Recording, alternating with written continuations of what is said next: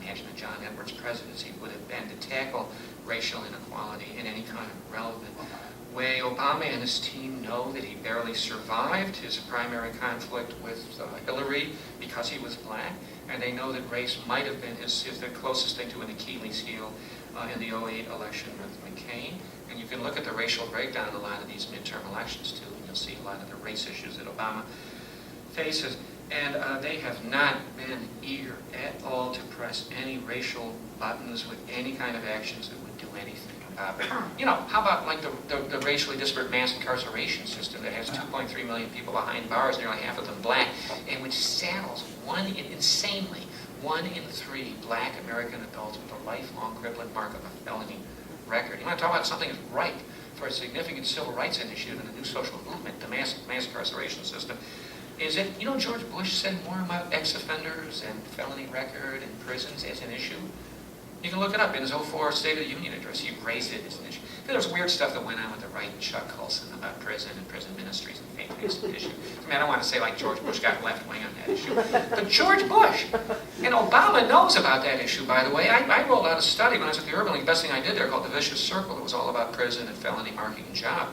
And our keynote speaker was Obama. He spoke eloquently as a state senator about how no one can get a job, and then they just recycle. And I think because of these racial anxieties, Obama's been incredibly cowed in response to ridiculous right-wing racist campaigns against the, I thought, brilliant black Obama appointee and short-lived green job czar Van Jones, which they just let him go immediately. After Glenn Beck claimed that Jones was a black nationalist and a communist. Well, that is a reliable source. Yeah, Glenn Beck, John Berger. No defense of the minority-based activist group Acorn, which Obama's Woods Fund Chicago used to fund here in the city. I remember that.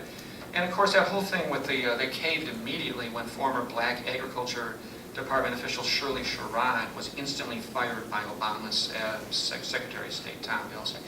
You know, I swear to God, I think Hillary Clinton just went off her meds and went nuts and would have smacked a lot of these right-wing people down on some of this kind of stuff.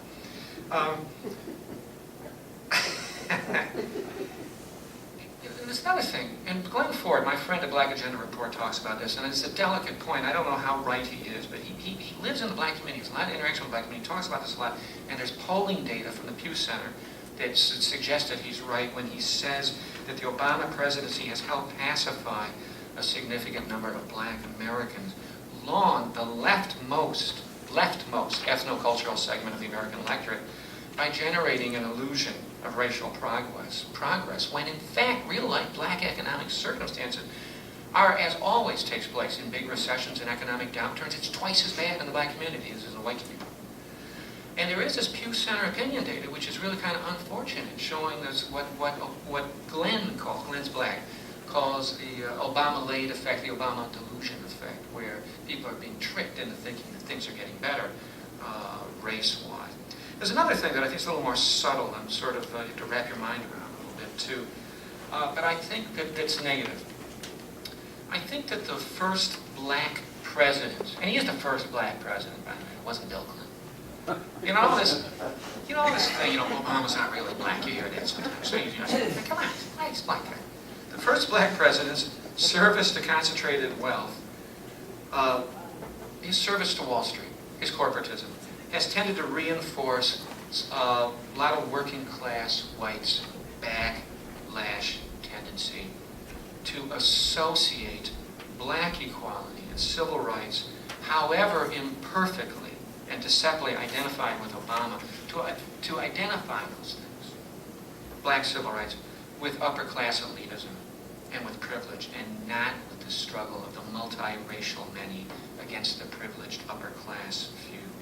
And I think combined with the strong identification that many white middle-class liberals feel with the president, Obama's corporatism tends to encourage the so-called Thomas Frank, what's the matter with Kansas effect, the ease with which regressive, repressive, authoritarian, paranoid, messianic, militarist, sexist, racist right is able to pick off and pick up white working, lower middle class recruits and votes and to channel white populist rage in ways that are contrary to the interest of working people and the common good. And I will say this is one of my big fears about Obama from the beginning, and I'm really weird. I had Obama picked as the next president in '06, and my son was looking for someone to work for in Iowa in '06 and said, well, blah, blah, blah. He laid out the different candidates and said, if you want to work for the next president, work for Obama.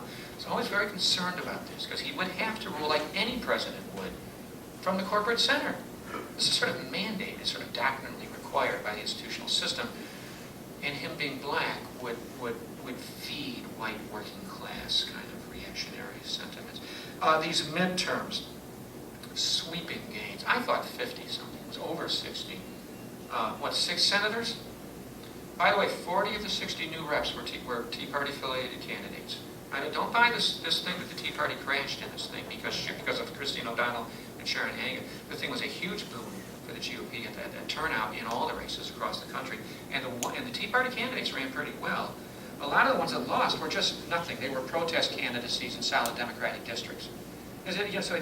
Somebody called himself a Tea Party candidate running against John Conyers or against Jesse Jackson in an all-black liberal district. It's meaningless, doesn't matter. Should factor those ones out of the equations of how they did. 2 out of the 3 Republican voters expressed support for the Tea Party movement. 4 out of 10, all voters completely support. Well, actually, I always put movement in quotes because Tony and I are arguing it's not a movement at all. Look, the terrible economy. I mean, we're in the middle of an epic recession, if I could use Jack Rasmus's term. Made a really big turnover from Dems to Republicans inevitable in the American winner-take-all-two party system. So there aren't any other parties. Our political system is like a 2-track pinball machine. And people get pissed off, and it just bounces over here and it bounces over there because we're constitutionally disabled any other parties in this country. So is the economy. I mean, any incumbent party was going to get hammered. When you have, and you got those unemployment numbers I throw around, the functional unemployment number, if you count the folks who've given up, quit looking for work, and if you count involuntary part-time, is 16%, which is just epic. I mean, it's just absolutely, it's not Great Depression, but it's really remarkable. And it's staying there for a while. And we have a poverty rate of 14%, and we're moving to 16%. No incumbent party is not going to get hammered in that context. And I think that's the main thing. Another part of my take on it, though, is that popular resentment abhors a vacuum. Corporate and Wall Street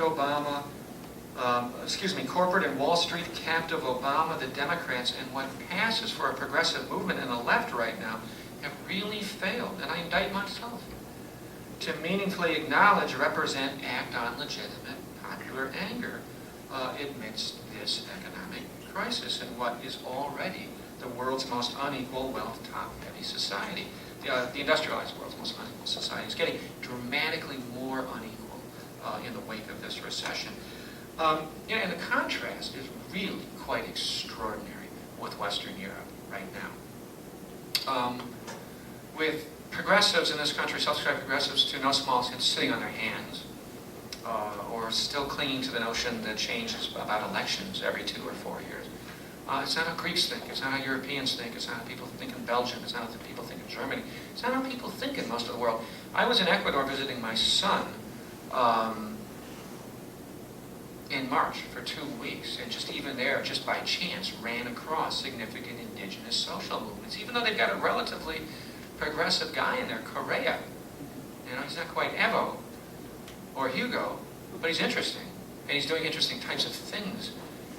And they're glad they have him instead of who they had before, but it doesn't mean that they don't come out of the Andes, as they have through time immemorial, going back to the Inca Empire, and shut roads down and drop access to the city if they feel that their water and mineral resources are being trampled upon, or that the cost of living is too high because of neoliberal economic decisions that are being made in Quito and elsewhere.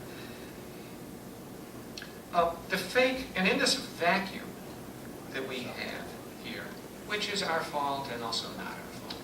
In one way it's not our fault, it's never reported. And that demoralizes you. When I'm up there carrying the banner and I got 5,000 people in front of me and I don't even merit a 3-sentence article on page 18 of the Sun-Times the next day, it demoralizes you. And like I keep saying,